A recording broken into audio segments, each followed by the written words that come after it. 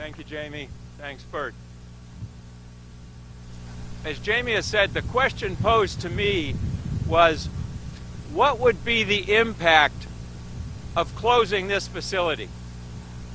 And without going through the entire report for you, I'd like to summarize what I see as the four major impacts.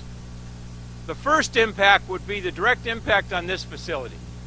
That's $84 million worth of taxable property to the city of South Portland, $1.4 million in taxes paid. That's 85 jobs, and that's spending from these facilities in the South Portland economy of $37 million a year. That's almost $9 million in payroll. That's spending on repairs, maintenance, electricity, fuel, tugs, docking, all of the expenditures necessary to operate this facility. That's impact number one. Impact number two is the direct impact on the vendors, the businesses that Bert mentioned earlier, the welding shops, the repair shops, the construction workers who work as vendors up the supply chain, and the vendors to those vendors and the vendors to those vendors in the local economy. And then secondly, the consumer businesses. It's not just vendors, it's also people that buy groceries, people that pay their rent and mortgages, people that go to the movies, people that spend because they have incomes through this facility. Those impacts support another 225 jobs, another $35 million in spending. That's the second indirect impact.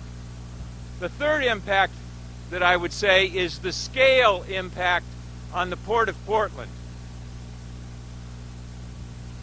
Today in the United States, the measure by the U.S. Maritime Authority, Portland is the 44th largest port in the country by volume of traffic.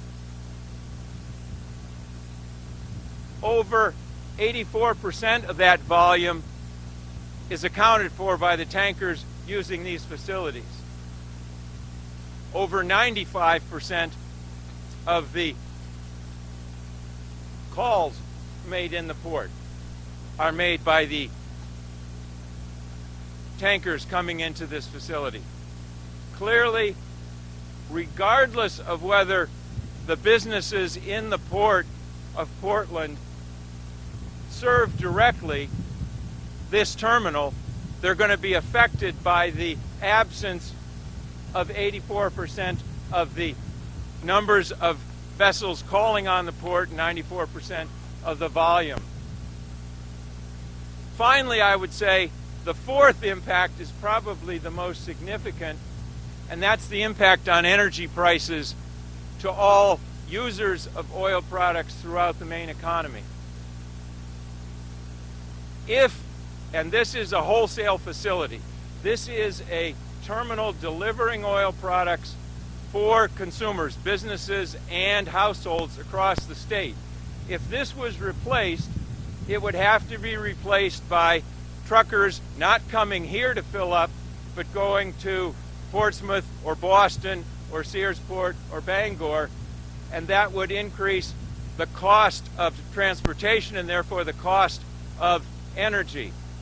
That impact would translate into, if I have to pay more for energy, I spend less on other things. If I have to pay more for energy, I can't compete in my business. I lose business to competitors out of state. Estimating the impact of that fourth energy impact would be the equivalent of 5,600 jobs and approximately $250 million worth of income. So those four impacts, the direct impact of this facility, the indirect impact of this facility's spending to its vendors and of the spending of its workers, the third impact on the Port of Portland of losing 84% of the traffic that calls here, and finally the impact of the increased energy costs that would result from the replication of this activity that is now affected by tankers coming into this port, distributing oil products throughout the state, by having, for every tanker, 1,000 trucks deliver that oil, would be 5,600 jobs, $250 million worth of income. So, again, I would say simply, this is the report that's delivered. It's available. I'm happy to answer any questions anybody might have about it.